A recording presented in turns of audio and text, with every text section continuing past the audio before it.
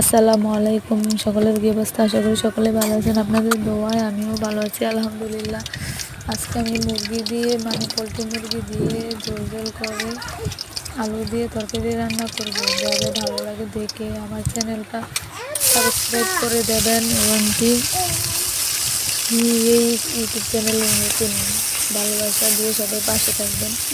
আমাকে ইনশাল্লাহ আপনাদের পাশে পাবেন। আমি মুরগিগুলো ভালো করে মাখা জাতা করে গরম তেলের মধ্যে ছেড়ে দিলাম। ছেড়ে দিয়ে নেড়ে করে লাল লাল করে ভাজা ভাজা করবো। ভাজা ভাজা করে পরে তারপরে আমি এই যে দেখেন পেঁয়াজ আলু কেটে রেখেছি। এদিকে আমার মুরগিগুলো ভালো করে হয়ে যাইতেছে কি সুন্দর। আমি আবার তুলে নিচ্ছি, মুরগিগুলো ভাজা হয়ে গেছে। আমি মুরগিগুলো তুলে নিচ্ছি। তুলে নেওয়ার পরে তারপরে আমি তেলের মধ্যে ছেড়ে দেবো।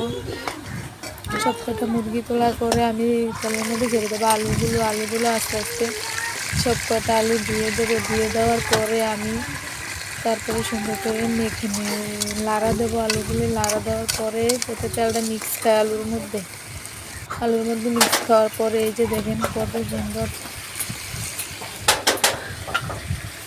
পেঁয়াজ কেটে রেখেছি। হলুদ মরিচ এখন দিয়ে দেবো। হলুদ মরিচ দিয়ে দেওয়ার পরে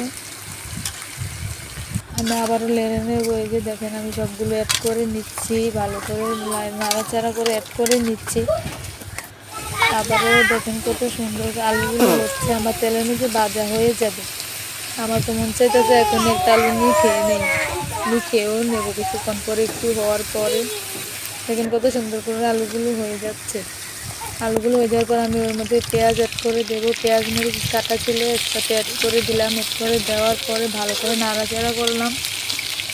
নাড়া দেওয়ার ফলে সবগুলো একসাথে মিক্স খায়। তারপর দেখেন কত সুন্দর হয়ে আসছে আলুগুলো পেঁয়াজগুলো একসাথে মিক্স হয়ে কত সুন্দর করে হয়ে আসছে।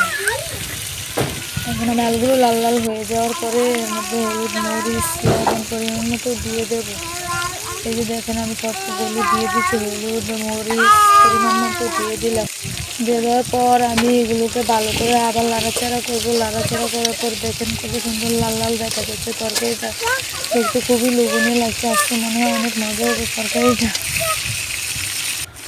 দেওয়ার পর আমি মুরগিগুলো অ্যাড করে দেবো। মুরগিগুলো অ্যাড করে দেওয়ার পরে আমি একসাথে আবার লেড়ে চেড়ে ভালো করে মিক্স করবো। আলু পেঁয়াজ মশলাগুলো ভালো করে আমি গরম মশলার গুঁড়ি অ্যাড করে দিলাম। দেওয়ার পরে ভালো করে নাড়াচাড়া করে আমি আবার এই যে দেখেন কত সুন্দর মনে হয় এইভাবে রেখে দিই। তার হবে না, একটু পানি অ্যাড করতে হবে। আমি পানি পরিমাণ মতো দিয়ে নিচ্ছি। দিয়ে নেওয়ার পরে দেখেন কত সুন্দর হচ্ছে। নিয়ে যে আমার